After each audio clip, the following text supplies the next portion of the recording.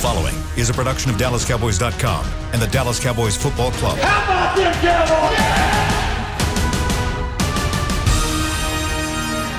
This is the Players Lounge, broadcasting live from Dallas Cowboys World Headquarters at the Star. Finally, the Players Lounge is back. We are back, baby. It is training camp time. Newy Scruggs, joined by former Dallas Cowboys safeties Barry Church and Daniel McCray. The boys are back together. We're back together. We're a team, baby. We're a team. And I'm excited to be out here. Woo! It is so fun to be out here. Yes. Now, Newy, where are you? I am here at Cowboys camp in Oxnard, California. So I'm here, in this nice weather. It's beautiful weather. I'm going to move back to California, just to let you know. So I'm coming back to Cal. Goodness. Always on the beach. I was gonna say, so the show gonna be webbed in every time, huh? Church, where you at right now? You up there at camp or you at home? I wish I can enjoying that great weather with Newy over there in Oxnard, but I'm visiting the in-laws right now, so I'm in the great city of Cleveland, Ohio. That's where you're going right now. So let's see what we can do with that. Cleveland, baby. They just changed the baseball team's name from the Indians to the Guardians.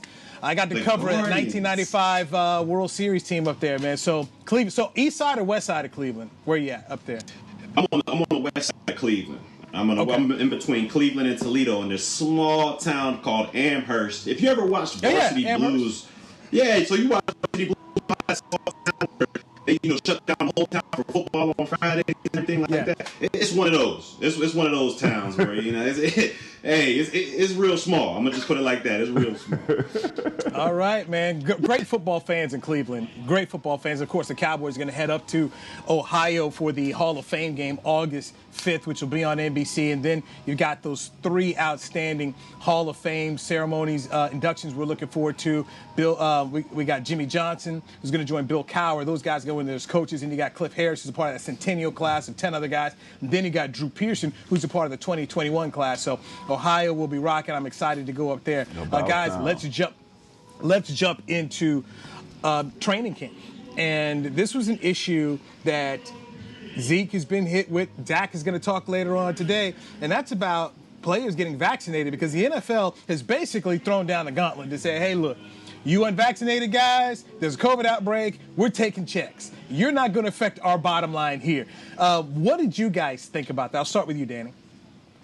Yeah, man, listen, I think we're over a year into this. The vaccines, people have been taking them for a while, and I have mine, and it's kind of been proven that these things work, and you should go out and get you one. People are begging for people to get one. We have new variants on the rise, so the only thing to really protect the season 100% is for these guys to get vaccinated. So I understand where the NFL is coming from, and it's kind of tough, to force players to do it. But once you start talking about taking money out of their pockets, I think you're going to see a little bit of change coming our way.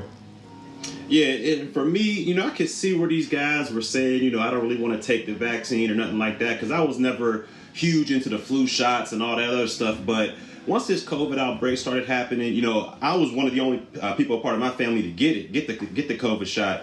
And then the rest of my family, my wife and my kids, they all had got it. And, nothing had came on to me. I didn't feel any side effects or anything like that. So for me, one, I believe in the shot. I think it works. And two, like you said, McCray, when they start taking game checks, and you talking about that bread, that money that these players are going out there and playing these games for, you're going to get a lot of tension in that locker room, especially from guys that are unvaccinated, feeling like, I'm a human being. I don't need to be, coerced into getting these shots and anything like that. And then you got your other side of the team, the majority of the team that probably got vaxxed are saying, hey, if y'all cause an outbreak and we have to miss a game and we're not getting these paychecks, that's a huge problem, because some of these guys, their paychecks are looking like, $500,000, $600,000 per game. And when you take that away from them, the players are going to get pretty salty. So I feel like there's going to be a big tension amongst most teams between the unvaccinated players and the vaccinated players. It's just going to cause a huge tension. And I think the NFL, I think they had to do this. I think they had to do this because, like you said earlier, Newy, it affects the bottom line. When you're not playing games, the NFL's losing money, these teams are losing money, these owners losing money, and it affects the bottom line. And when you start playing with guys' money, that's when things start to get a little haywire. So I think the NFL had to do this. It's just, hopefully nobody gets an outbreak or not, because when cats start losing money, all hell's going to break loose. Listen, I want to know if the NFL collected any data, did any surveys with their players trying to figure out what was the hesitancy, from them getting the vaccine. And then if they saw some of the results and was like, all right, some of this stuff isn't making sense, so we feel like these guys should be getting the vaccine, or are you giving kind of leeway to guys who might have health issues, who say they don't want to take it because they may be on some other medication and it might affect them in a different way? I would really like to know that, because we're watching guys like Cole Beasley on Twitter going back and forth with guys, and he's not really giving a valid reason for why he doesn't want to take the vaccine or why he feels like he shouldn't have to. I go back into looking at what happened last year for many NFL teams, and we saw a lot of empty stadiums. The Cowboys were one of the few teams that ended up being able to really, take advantage and get people in there. There were a lot of folks who just didn't have any folks in the stands, so there was a lot of money lost. And to me, this is the NFL ownership saying, hey, look, we're not about to lose any more dollars than we need to. If we had to, quote unquote, force these guys to do it, this is their way around getting players to get vaccinated. Start talking about game checks. Ed Werder of ESPN brought that up to Ezekiel Elliott at the press conference yesterday, and he said, oh, yeah, talk about taking game checks. And Elliott's like, whoa. At that point, he didn't know about it. He's like, whoa, talking about checks. So this is what they're going to do. They're going to basically make you go get the shot if you're a player. And the same thing if you work for a club, okay? And we're not just talking about just players, but if you're a staff for a club, you're going to have to do this. I ended up going to a luncheon with a major sports attorney, and I asked a couple months ago, I said, so basically, what you're saying is you're not going to force anyone to do it, but you're going to limit their ability to have access and do their job. You're just going to make them go work in a corner somewhere. And they kind of just smiled and gave me the nod of, that's what's going to happen. I come back to What's the alternative? The alternative? The alternative. Yeah, Oh, it's easy. Okay, so, all right, let's just say you work for a club and you've said, I don't want to do this. And you work in the office. They're just going to put you somewhere by yourself, and you're going to wear your mask, and you're just going to basically do your job away from people. And you're going to walk around kind of being that person who doesn't have it in terms of a shot. And people are going to know. And so I think it's going to become almost that peer pressure that goes into it, that eventually you're going to have to do it, but it's going to limit your ability to do the job. I'll tell you this, guys, from a media standpoint, they've told us, if you're not fully vaccinated, you can't be out here. You cannot be out here. And then the first day of the presser, when they had the opening presser, I had to come in at 8 a.m. and get a COVID test because mine hadn't been recent. I've gotten my vaccinations, but I had to get a recent one, and it was at 8, and they said, hey, we'll let you know by 8:30, and nobody ever called me. And Michael Gelk of the Dallas Morning News, we had it, and I said, I guess we're okay. I said, no, I know we're okay, because if we weren't, somebody would have snatched us up out of this complex real fast and told us to get out of here. Right. So that's what it is. And I don't know if you remember the press conference Jerry had, the draft press conference, where he basically started talking about, hey, people need to get vaccinated. We want vaccinations to get done. And nobody's going to be in his war room without the vaccination. I mean, he's been preaching this for a while. And Jerry, when he speaks on something like this, he's not talking about the Cowboys. Jerry's talking about the NFL, because Jerry's about that dollar. He wants to make as much money as he can. Jerry's also 80. He's also pushing 80. All right, so COVID affects the older people way more than it does the younger people. So Jerry's trying to be safe. He don't want nobody to be around him that could possibly cost him something like his life or his health at this point. Well, let me ask you a question, Newy. What do you think is the daily routine of a player who's unvaccinated? Like, do you have to, warm up in separate locker rooms, get dressed in separate locker rooms? Are you allowed to go to the meetings, but you just got to be masked up the whole time? Like, do you know how that routine goes for an unvaccinated player? All right, great question. They have not given out any names of who's not vaccinated, and they've not told us about any anything going on behind the scenes. So they're trying to protect the players, and which I think is smart. I think that's a very smart thing with what we're seeing from the Cowboys. So we don't know who is vaccinated and in terms of unvaccinated. We only knew that Zeke was vaccinated because he told us. I'm assuming Dak Prescott is, but when I spoke to Dak Prescott at Tyneseki's golf tournament, he did not want to say whether he was or whether he wasn't. But I just got to believe that Dak is doing it. And Zeke yesterday said he did it for the team. And I think you're going to see a lot of guys who end up doing it saying they did it for the team. Now, this is just my personal take. And you guys all play college football. Before you step on a college campus, you got to give shot records. You have to have records or get certain shots, in order to go to college. And then if you have small kids and your kids are in elementary school, but you got to have records. You got to have shot records and vaccinations in order to send your kid to school. So to me, this is kind of really what we've been doing our whole lives. At some point in time, if you want to go do some of these things you want to do, it's supposed to be employed, you got to present vaccinations to people to make sure that you're safe and you're good to go.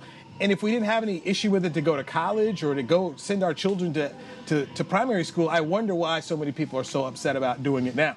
And that's just my opinion on it. So let me get the rule right here. So if an unvaccinated player from a specific team causes some type of outbreak, not only does that team lose that game or forfeit that game, they also forfeit their game checks, but the opposing team that's coming in to play them, they forfeit their game checks as well. Is that correct? The memo that's sent out, that was my understanding of it. It's basically, guess what? Ain't nobody getting paid. which, and if you think about it, what a gangster move by the league. Okay, we got some holdouts. Oh, okay, Kobe's. Oh, you out here, Cole? Okay, we got some holdouts. Well, guess what? What wins every time? Straight cash, homie. Money, straight cash. And you guys are both married. Could you imagine sitting here going home telling mama, hey, we're not getting that check this week because so-and-so at such and such society that they were, they didn't do enough. They weren't comfortable with their research and didn't get the vax. So there's no check this week. And for many fans don't understand it. You guys know this, so educate them. A lot of guys are paid week to week in the NFL for their contracts. Yeah. A lot of them are paid week to week. That Tuesday that comes around, that's that game check. And you wait for it every single Tuesday that comes around. But I got a quick question for y'all as well. I want both of y'all to answer this one. So what if, because at the end of the day, once you get to the playoffs, everybody has the same game check. It's not like, you're getting your regular season check. So everybody gets around 20 or 25, I think, for that game when you reach the playoffs. So if there's an outbreak, and, they can't reschedule this playoff game. So the players would lose $25,000, okay. But the NFL as a whole, that missing that playoff game right there would cost them, tons of money. So I wonder if they revisit the rules once the playoff starts. Because if they don't have any playoff games and they just let that team go ahead and advance, they're losing out on millions and millions just for that one game. I'll start on this one. I think it's moving parts. There's a lot of moving parts here. Everything, things consistently change. So I think you just have to kind of work your way through it. And so you're talking about something that's going to happen in January. And Lord knows where the world will be and where this virus will be in these different variants in January. So I think you just kind of, so many ways, if you're Roger Goodell and company, you play it by, the seat of your pants and just figure it out as you got to figure it out. I want to know, so at what point does it go, hey, man, look, we had to forfeit a game in week 2 because we had an unvaccinated guy cause an outbreak. At what point do the players in the locker room, the coaches, the GM say, hey, man, look, if you unvaccinated, just don't show up. Like, don't show up, stay at home. We'll find somebody else to come in here and take over this so at least we have a shot to play the game and win it. Because it's only going to be so many times that the players in the locker room are going to allow you to cost them their money. Before we start seeing some angst in the locker room and say, hey, man, look, if you ain't vaccinated, we just don't want you to come play. We don't need you to come play because if you are, then it's just going to cost us, we're going to forfeit the game anyway. So just give us a chance to go out there and play the game that we love with the vaccinated guys, the guys who are going to come out here and be healthy and be able to play without having to worry about something like that. So you think Kyler Murray and J.J. Watt? You think Kyler Murray and J.J. Watt are going to go with the DeAndre Hopkins and just say, stay home, man? Nah, they ain't going to do that. If he continuously costs them to have to forfeit games, I believe so.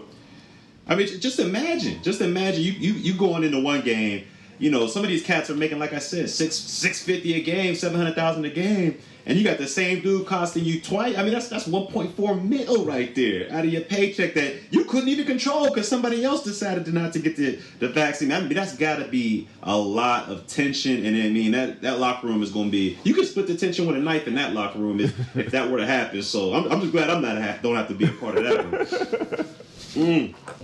So this is one of those major parts of the National Football League that we're going to have to kind of keep tabs on here. The entire coaching staff has been vaccinated. That's what Jerry admitted to. Mike McCarthy said he had some questions about it. He wasn't on board, but eventually he came around and got it. So we'll see. It's going to be very interesting to see how it plays out, especially former Dallas Cowboy Cole Beasley. Does he continue to keep his stance? What does DeAndre Hopkins of the Arizona Cardinals, what does he do? So we shall see. I just hope that we're able to see football games and not have anything interrupted by COVID. Maybe right now I'm just on this idealistic cloud because I'm here at training camp in California and we had one practice in yesterday and I'm just hopeful. So that's my thing, man. I'm just very hopeful. Let me take the Players Lounge, which is brought to you by Hotels.com, Barry Church, Danny McCray, Newy Scruggs. Let's talk about Dak Prescott. It was nice to see Dak out here moving.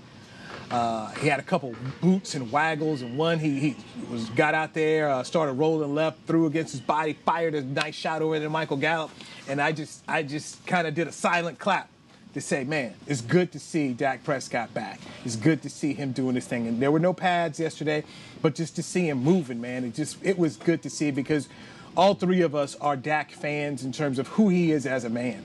And you know what kind of work all these guys put in here and working with Britt Brown, who was recognized by the team. It was just good to see Ford, man, doing his thing. I got a two-part question for you, Newy, here. One, I want to know, how did he look, as far as backpedaling, three-step, when he was rolling out on those bootlegs? Did the ankle look any stiff or anything like that? And then my other question is, we talked about this earlier in the Players Lounge, where when he goes into these team drills and all this stuff, was there anybody even close near to him? Or did the pass rush not even exist? They just say, basically you're doing 7-on-7. How did they approach that when they got into the team drills with Dak Prescott? Team drill, Dak went right at it. Nobody got close to him at all, but they sent him out there, and he looked good. The fans were clapping. Dak looked fine. And, what I can't say enough about the Dallas Cowboys strength and conditioning staff, which worked with him. You can't say enough about Dak as he put in the work. Blake Jarwin spoke to us, the tight end who came off the ACL and missed 15 games. Tyron Smith who missed 14 games. They all spoke about how they were in the weight room grinding and getting things done. And Coach McCarthy and Jerry and Stephen Jones spoke about how they recognized Britt Brown before camp started for the work he did. They had so many guys and what he did to get them back. And you all know Britt from your time of working with him. It's one of the unsung heroes is you need somebody who's committed to making sure you're there and committed to helping you as you go through a process. And Blake Jarwin did a nice job of talking about, hey, I had these little milestones, and sometimes I met them, sometimes I didn't, but just keep working and pushing. And Dak Prescott did the work, man. I give him credit and the Cowboys credit. They did the work to try to make sure he could get to this point. Church, I'll tell you this. As I'm sitting at my desk throughout the offseason while everybody's gone, I look behind me and I see Blake Jarwin, I see Collins, I see Dak, and these guys are going 100% full speed. Britt's out there wearing them out on the ropes. They're running 100-yard sprints, 40-yard sprints. Dak's doing everything that he can possibly do to be ready, and he looks smooth, man. He looks smooth, so I can only imagine what Newy's out there seeing, but you can tell that he's ready to go. That's something that fans don't truly understand, and in a lot of ways, even I can't understand because I'm just a media guy. You all played, okay? You two were safeties in this league. You put in work. You've been hurt. You've seen other guys who've been hurt, and it could be a lonely existence. I remember Bill Parcells, when he coached here, there were guys who were complaining, man, Bill didn't even look at me if I was hurt because it was like I couldn't do anything for him. And it could be a lonely existence where everybody else is out here playing in football games. You're on the sidelines or you're coming in early and you're doing this work. And I think from listening to what the guys are telling me, that this has been a bonding experience as they all were trying to push each other to get back to this point. And yesterday being the first practice, it was a milestone for these guys. I mean, to look at Tyron first off, Tyron looks good. He came over to the media with no shirt on. And I saw that. I saw a picture. I never seen 310 look so cut up. I'm like, man, ain't no way that man's 310. But my boy had abs and everything. I said, uh-oh. I told you, 2011 Tyron. 2011 Tyron's back. Here y'all go, man. Here y'all go. All right, I'm sure. Whatever. Listen, I hope he plays great. Hope he plays great. I hope he's healthy. I'm sure he looks good, man. Shout out to Kendall and all those guys in the weight room that's out there making them work hard and getting them ready to play this season. But all I can go by is what I see. But like you were saying, Newy, that process when you're going through rehab and all that stuff from a serious injury, it does get super lonely. I mean, I remember when I did my Achilles early in the season, and I missed basically the whole season, you don't even feel like you're part of the team. I mean, you come in early, get your rehab. When you get out of rehab, the team's already outside on the grass working out, so you rarely get to see people, and it becomes like, man, this is just me by myself. But Britt Brown, I mean, he does a hell of a job there of keeping you included, keeping your spirits up high. And like you said, those milestones are important because even if you don't hit it, I mean, Britt does just a great job of keeping you uplifted and saying, like, look, you're going to get there. You're going to get back to your word and even better. And so for him to have those guys like Tyron Smith and Lyell and all those guys doing rehab with him, I'm sure it made them a lot closer of a group. And you got guys to push you. I mean, when you see the offensive linemen going at it as hard as they're going, you're saying, you know what, if I want to get back healthy, I got to go just as hard as they do. So I'm glad he had those fellow teammates in there rehabbing with him, and hopefully they all come out here and perform extremely well this season. I'll say this. I remember Church, man. I remember Church ruptured that Achilles. He scooted. He had a little scooter that he would come in on, so he had his leg up and he would scoot in. The first time that Church came into the defensive meeting room, my man had a full beard. He wasn't shaved. Everything was going on. I said, oh man, Ryan. As soon as Church left, Ryan said, hey man, look, y'all make sure y'all put y'all arms around Church, all right? We don't want to forget about our guys, because you can't get lonely, especially if you don't have another guy in there that has sustained one of those type of injuries, and it's just you and Britt. Like it's a tough thing to do. So shout out to those guys for like making it something that they all worked hard together to be ready for this first practice.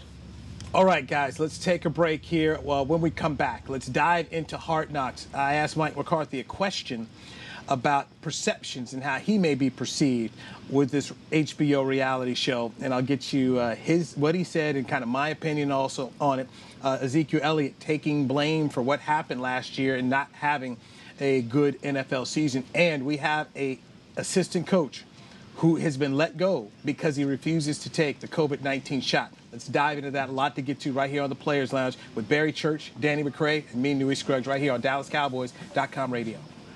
Honey, big news. Gary, are you okay? Oh, I'm not Gary anymore. I'm Jackie Flash. What? See, I want the latest smartphone, but the best deals are only for new customers. So to get a new customer deal, I changed my name to Jackie Flash. Okay, but the best smartphone deals at AT&T are for everyone, new and existing customers. That's huge. Then guess who's getting a deal? Is it Jackie Flash? Jackie Flash. It's not complicated. At AT&T, our best smartphone deals are for everyone. Restrictions apply. Visit att.com for details. The Cowboys way, where 16 Hall of Famers and 5 championships shows us what success looks like. Where turkey is always the second best part of Thanksgiving Day. Where we are all defined by one single thing, the star. Where we as fans know it's our job to keep the tradition going. Bank of America is proud to be the official bank of the Dallas Cowboys and to support the quest of living life the Cowboys way.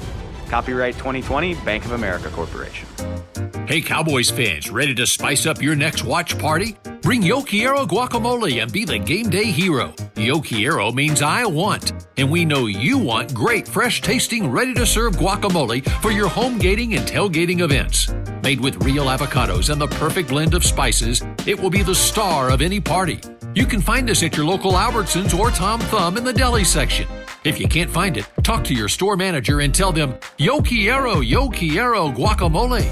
It's game day. You know what that means. First, kebab prep. Steak, pepper, onion, steak, pepper, onion.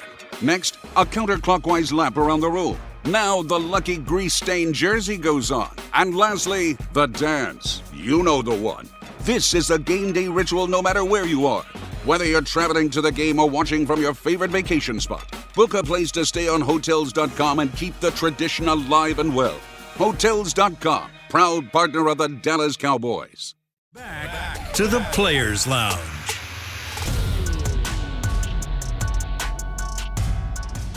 All right, here we are, Players Lounge. I'm Newy Scruggs, live here, Oxnard, California, with the Cowboys. Barry Church, Danny McCray back at their respective homes in the DFW area. Actually, Barry's out in Ohio right now. You never know where Church going to be, baby. Church all across the country, baby. That's why the show's sponsored by Hotels.com, because they're trying to keep up with Barry. And wherever he is. Your best deals. They'll give you the best deals. Exactly. And I got these brand new Bose headphones here to make my ears sound all nicey nice. Hey, we were talking about vaccines and just what the Cowboys are going through in the league. Well, here is a firing that has happened because an assistant coach has refused to take the COVID-19 shot. Rick Dennison, he's out as a Minnesota Vikings assistant coach. He was a Vikings O-line coach and run game coordinator for the past 2 seasons.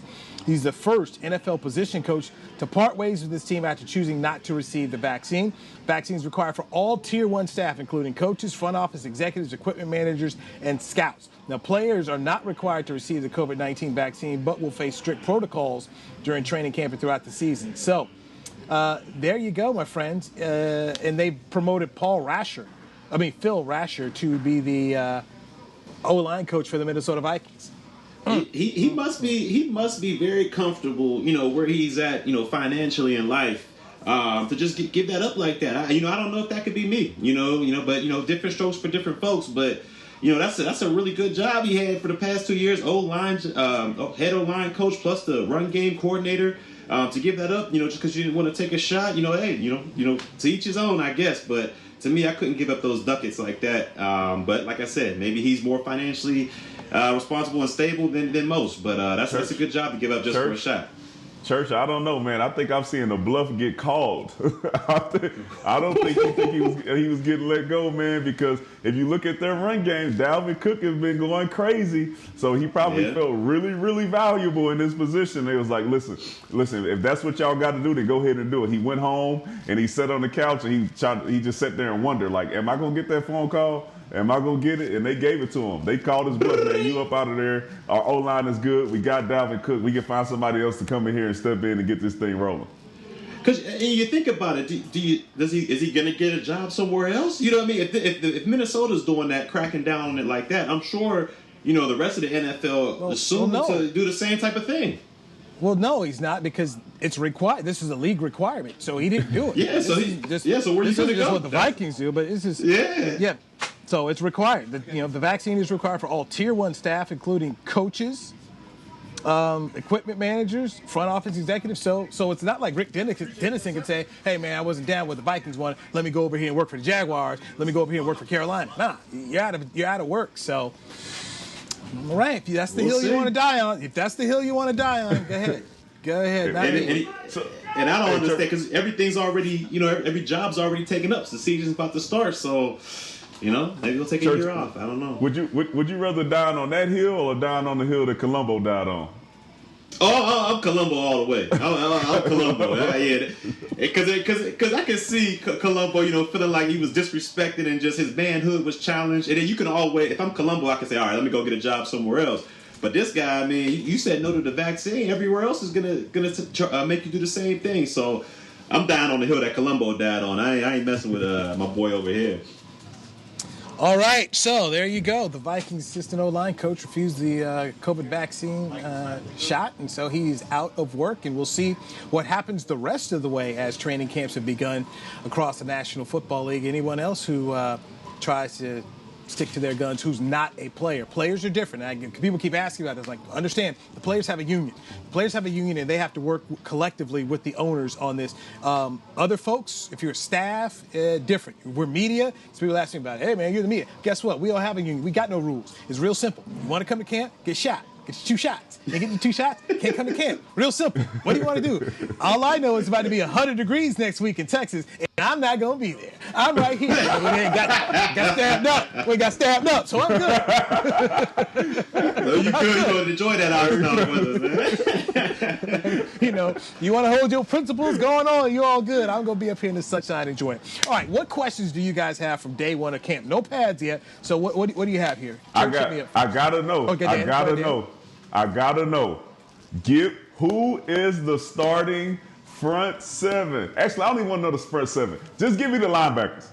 Who's starting, and then how does Micah Parsons look? Does he look like he is going to make some noise and crack that starting lineup? Okay, once again, and you guys have always preached this, no pads, but we saw Van Der Esch and we saw Jalen Smith out there. So Leighton Van Der Esch and Jalen Smith were out there. Parsons was running some with the ones, and they had him lined up at defensive end, on the line sometimes. They had him dropping, so they were working all three of them in there. So they clearly want to make sure Micah Parsons is a part of the game plan. We got to talk to Micah yesterday in the media session, and I asked him specifically, I said, how did it feel considering you didn't play football at all last year at Penn State? And he told me that he felt he started getting his groove back and getting into the mix at Cowboys rookie minicamp. So he felt he was good then. But once again, let's see what happens when the pads are going and guys are trying to understand what to do with these defensive calls. But it's clear they think a lot of the player, and they're going to try to find a way to put him on the football field. Wait, but are you saying that he ran with the ones with Van Der Esch and then he also ran with the ones with Jalen Smith, or was one of them consistently in with the ones and he was rotating with the other? They had Parsons. Parsons did a lot of rotating, so he was in a lot of different packages, but he did see time with the ones when they had They did put all three guys out there on the football field. Okay. So we did see that.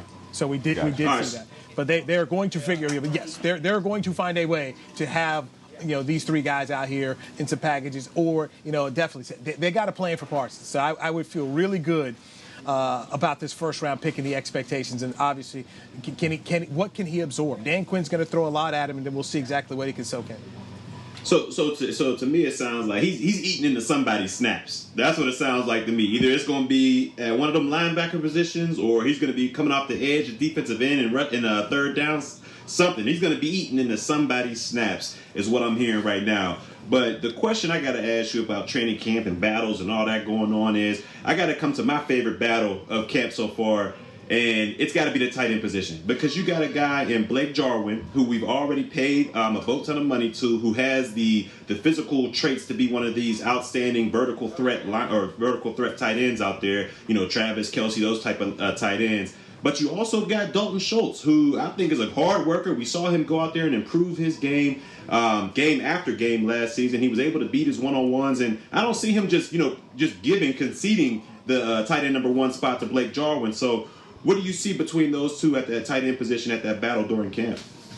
Once again, just one day, yep. And I thought both guys looked good. Even Sean McCune, the third tight end, had a nice little catch here. So one of the things I loved, Trevon Diggs, who's working on that second contract, like I said, he's going to had a good day. He picked off Dak one time. And so Dak ends up coming over to Diggs because they're just kind of, going back and forth. And Dak basically says, I bet you, we hear him say, I bet you $1,000. So goes to the line. They put Jarwin out wide. So it's Diggs, Jarwin. Blake runs his route, makes the catch over Diggs, and we hear Dak kind of say a little something, and they went on his way. So Jarwin looked nice. Dalton Schultz had a nice catch as well. Day one of practice, no pads. I just think that you should feel very good about what Blake Jarwin can give this football team. He admitted that he was happy for Dalton Schultz, that they're friends. We saw them both working out together, putting in extra time after the practice. They're going to push each other. They want to compete. But it doesn't seem like there's any animosity there at all in terms of, man, I'm going to beat this guy. Like we saw with your boys, Orlando Scandrick and Mike Jenkins, that back in the day, that corner little battle like that. It's not like that. It's not like that. But these guys are here to compete, and I think if you're a Cowboys fan, you should feel real comfortable about the Titans. Now here's the question, okay, guys. Here's the question I had about the Titans just looking at these guys. Do they keep four? Okay, so if you got Dalton Schultz, you got Blake Jarwin, you got Sean McCune, do you keep Jeremy Sprinkle? What do you do with these four tight ends? You're going to keep three guys? Where do you go with this? And then how does the NFL change the practice squad? Last year they let veterans be on there, a lot of veterans. So is it bigger or is it smaller? What do they do with the three tight ends? It's going to be real interesting. If you're the fourth tight end, you better be up there with Fassel in the special teams meeting. All right, you better be back there, playing the wing on either side. Tell them you'll play PP, doing whatever you can, because that's going to determine how many tight ends they keep. Because they will not have one of those guys just sitting back on the sideline waiting to go in behind Dalton and Jarwin. Yeah, you're right, D-Mac. Even the third spot, you got to be one of the premier core special teams players, because there's just too many weapons on this offense to keep 3 tight ends, in my opinion. I mean, I don't think they're going to be, trotting out 12 personnel a lot out there with that 2 tight end set. I just don't see it. We got too many weapons at receiver. We got Gallup, we got Coop, we got Lamb, and then we got guys underneath them, Brown, all those guys. So there's just too many offensive weapons, in my opinion, to go ahead and keep 3 tight ends. Plus, you got an offensive line who we've seen get injured in the past. So you got to have some swing tackles and some guys that can play all 3 interior positions on the offensive line. So for me, if you're that third tight end, that Sprinkle or the other guy from Michigan, you're going to have to be a premier McEwen. You're going to have to be a premier core special teamer if you're gonna make this squad. And then like you said, you don't see a lot of animosity between Jarwin and Schultz. I don't know, man. When it gets closer to nut cutting time and Schultz is looking over there like, hold on, man. Jarwin done got 3 seam balls. I mean, he's been double covered, still getting the ball passed to him, and all I get these little hitch, these little 5-yard routes. What's going on here? So I can see the animosity picking up towards the end of camp. All right, let's hit another break in here. I still want to touch on Mike McCarthy and Hard Knocks and the cameras that are out here for the Dallas Cowboys, and also Ezekiel Elliott and his admission to a subpar 2020 season. That's coming up right here on the Players Lounge with Newy Scruggs, Barry Church, and Danny McCray on DallasCowboys.com radio. At Smoothie King, we are blending goodness to fuel your greatness. Every blend is crafted to help you achieve your health and fitness goals. Smoothie King uses only whole fruits and organic veggies. You'll never find sugary syrups or artificial flavors, colors, or preservatives. And unlike some other smoothie places, there are 0 grams of added sugar in many of our blends. Smoothie King is proud to be the official smoothie of the Dallas Cowboys. Place your order in the app or online for pickup or delivery. Smoothie King, rule the day. Hey, Cowboys fans, ready to spice up your next watch party? Bring Yo Quiero guacamole and be the game day hero. Yo Quiero means I want, and we know you want great, fresh-tasting, ready-to-serve guacamole for your home gating and tailgating events. Made with real avocados and the perfect blend of spices, it will be the star of any party. You can find us at your local Albertsons or Tom Thumb in the deli section. If you can't find it, talk to your store manager and tell them, Yo Quiero guacamole.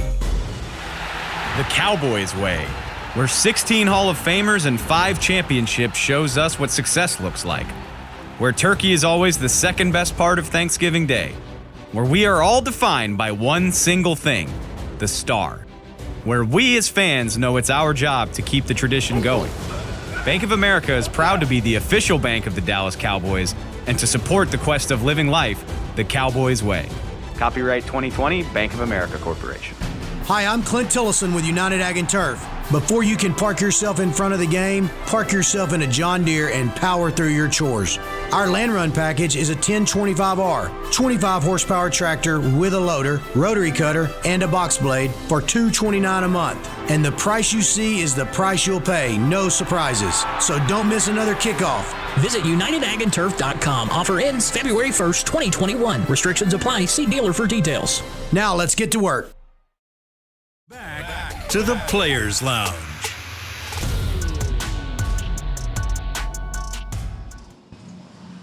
All right, Players Lounge is back. The 3 Amigo Negroes doing our thing. And we do it every Friday. Oh, look at it. I love it. Can we put that as the bottom? Can we put that, hashtag 3 Amigo Negroes. Yes. Barry Church, Danny McCray, 2 former Dallas Cowboys safeties. I'm merely a media member. I'm Newy Scruggs. All right, Hard Knocks is here, man. The cameras are everywhere, man. Dude, they get to go places we don't go, okay? So as a TV media member, I am bitter. They are everywhere. I mean, everywhere. So I asked head coach Mike McCarthy, well, first Todd Archer of ESPN asked McCarthy his thoughts. And he said, all right, I was driving in the rain and I nearly wrecked my truck and drove off the road when they told me about it. But he said, then I gathered myself, talked to Jerry, okay, I'm on board. So then that was my time to jump on in there. And I said, okay, we have seen this show and the perceptions of coaches be shaped on it. The perception wasn't good for Dave Campo. It wasn't good for Hugh Jackson and Jeff Fisher. It was good for John Gruden. So how do you approach this, and what are your thoughts about how the nation's going to perceive you? And he spoke that his thought about it. Then he tried to go into the whole, I'm just going to be myself, But I got some intel on the down low that Mike McCarthy is worried about it. Because we know how guys look as head coaches with this show. And also we know how Jerry is. Jerry's a very dominating personality. And you don't want it to seem like head coach, he just looked like this weak puppet. I mean, you just don't want to have that. And that's how Campo ended up looking many times when they did Hard Knocks. So I'm going to be very interested to see exactly how this thing ends up shaping out here and what they do. Yeah, it's going to be a tough one because like you said, Mr. Jones over there, Jerry Jones, he's very dominant when it comes to the camera time. So it's going to be hard for McCarthy, in my opinion, to kind of shine a little bit in there. He might seem like a puppet a little bit, but we'll see how that goes. But, I'm just glad I was never part of a hard knock situation because just imagine, D-Mac, you coming in as an undrafted free agent. It's your first training camp.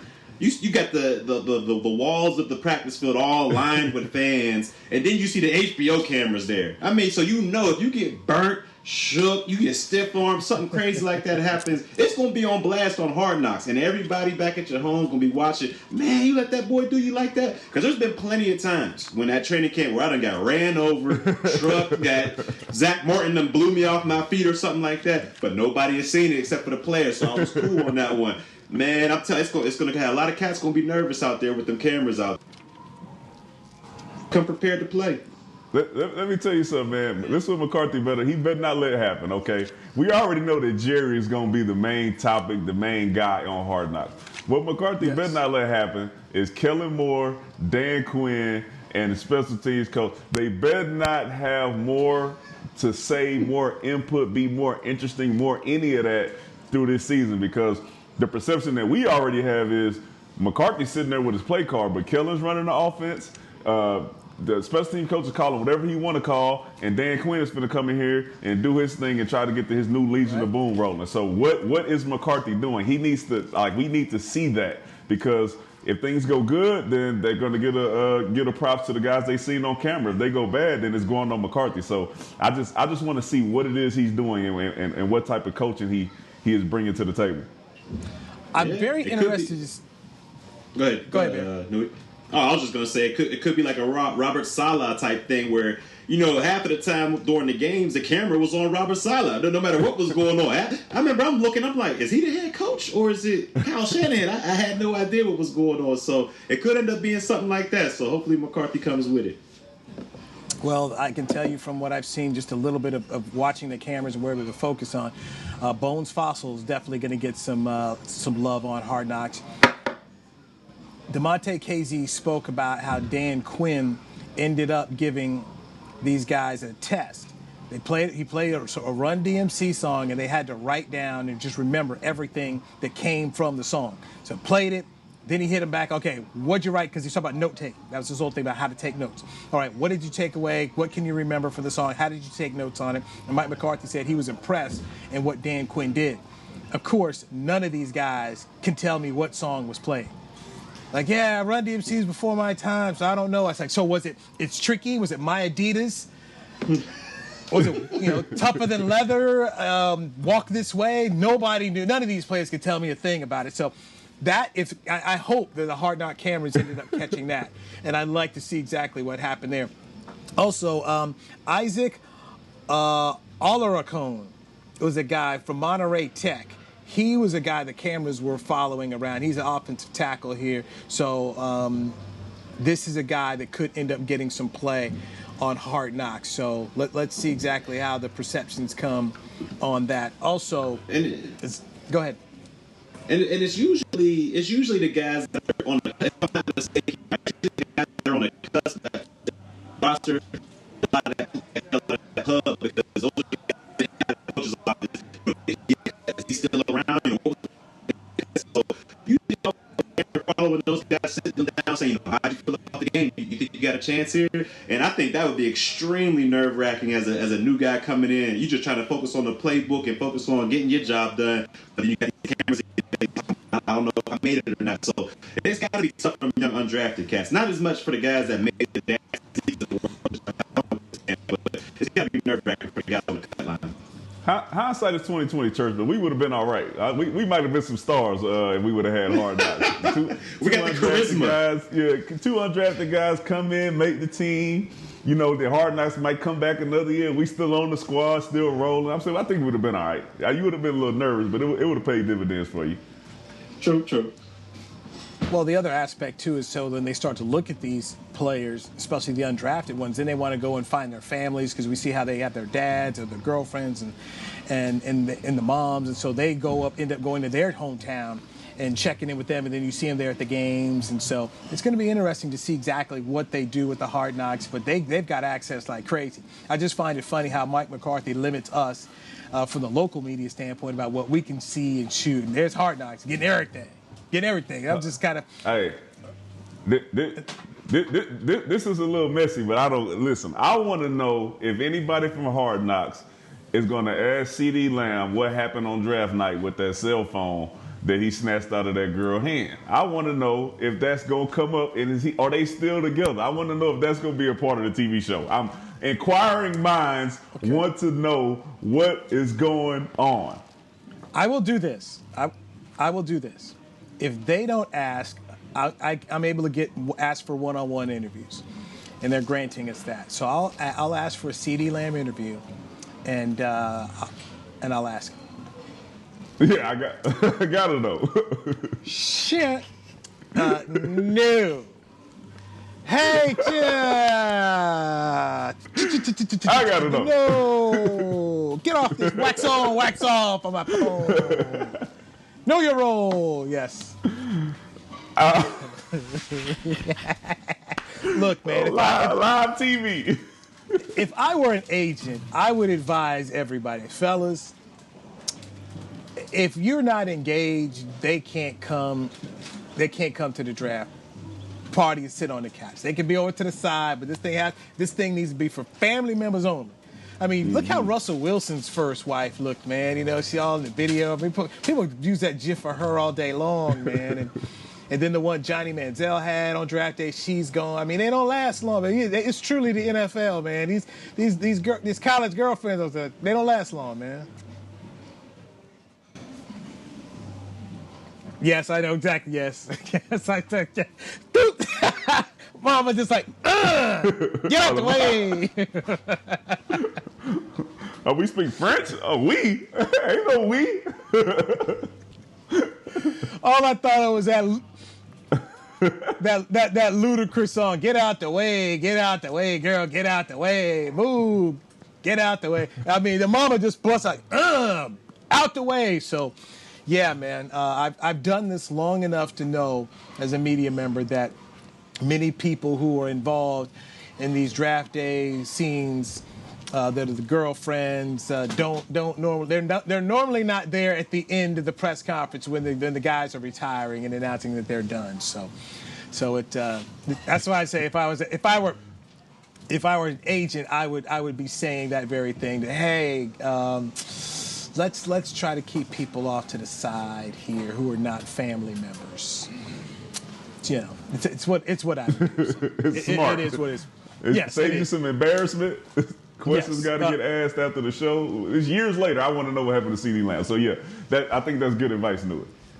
Let me touch on Ezekiel Elliott, who turned 26 yesterday. The fans here at Oxnard, by the way, they lined up early. If you are going to come out to Cowboys camp here in Oxnard, California, get here early because the parking has been limited because they've now built more and more houses over here near the practice field. So there's just not the kind of space that it used to be to come out here to park. So you definitely need to get here early.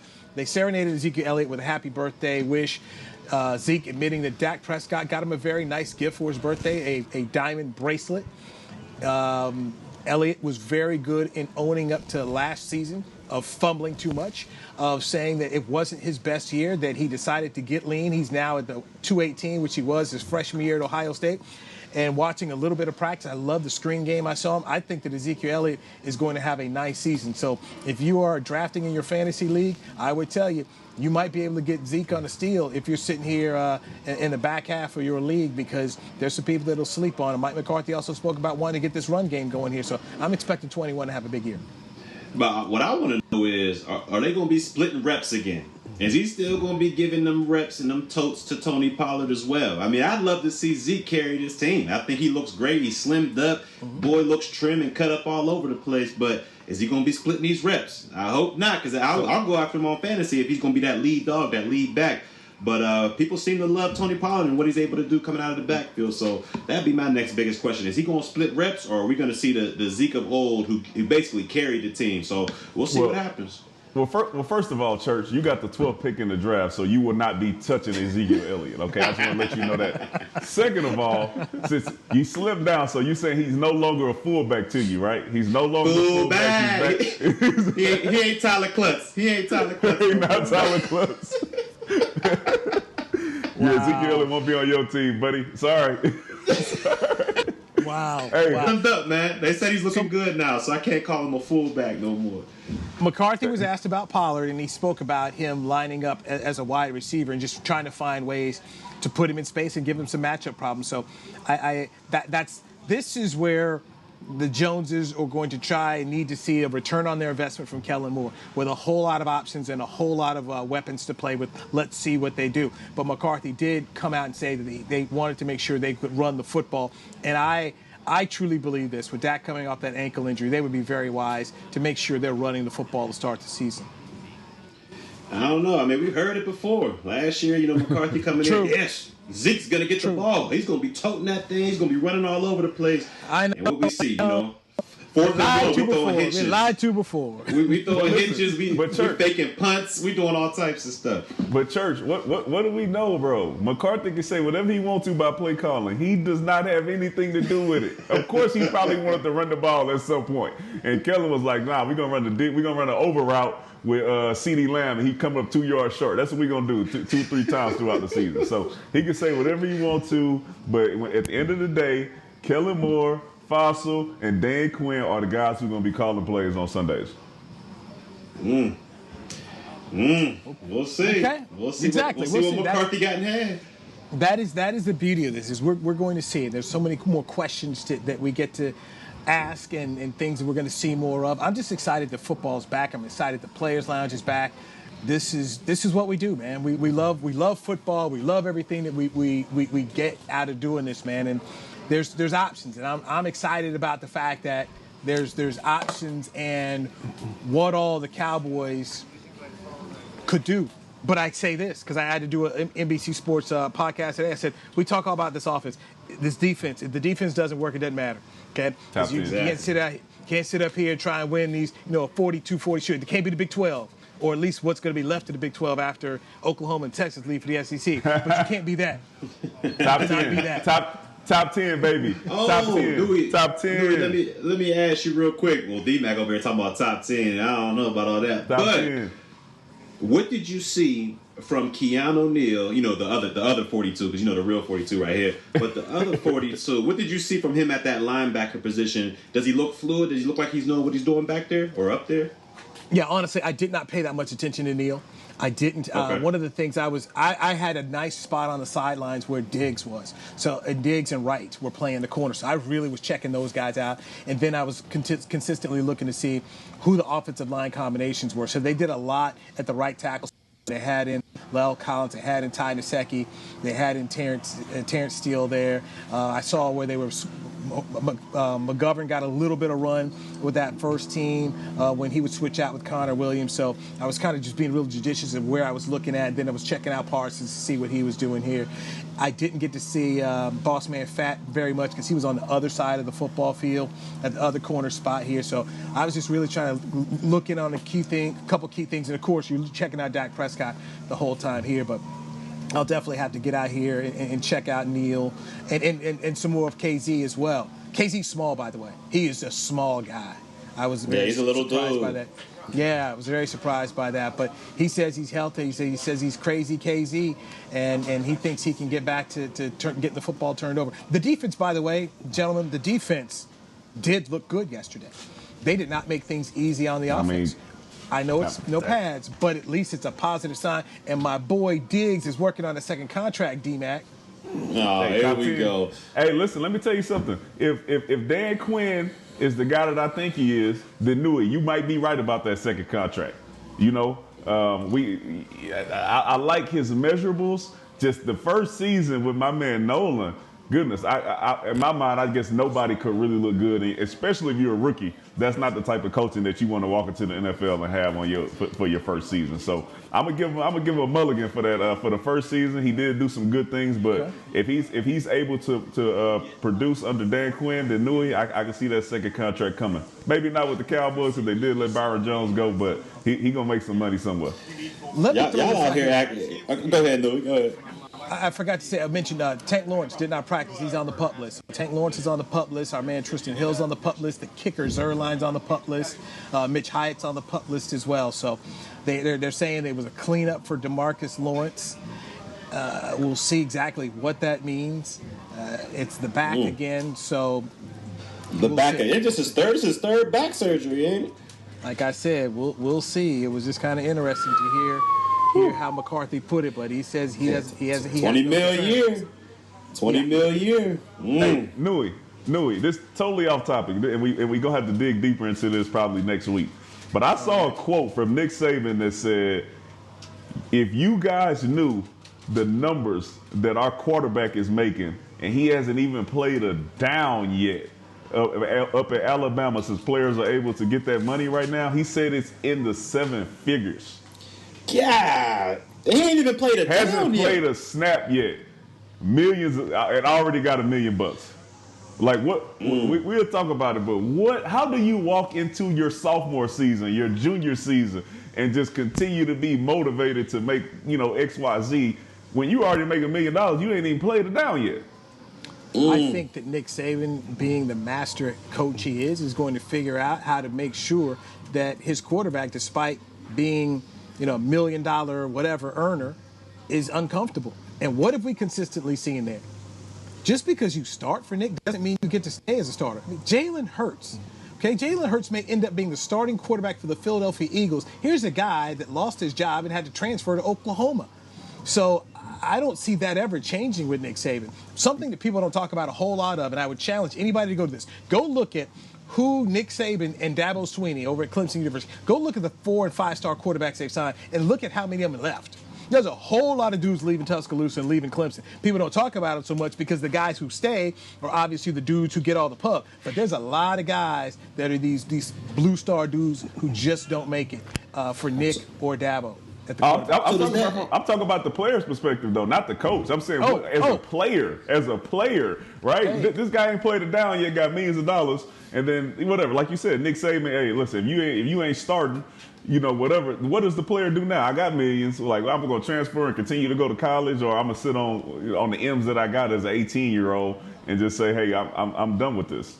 We'll figure it out. I know this. If I'm a teammate, I want to be that friend. I'm going to be that new quarterback's best friend real fast. Where are we eating at, homie? I mean, really, if I'm that guy, man, I go get me an apartment someplace off campus. I try to get away because everybody's trying to get up in him, man.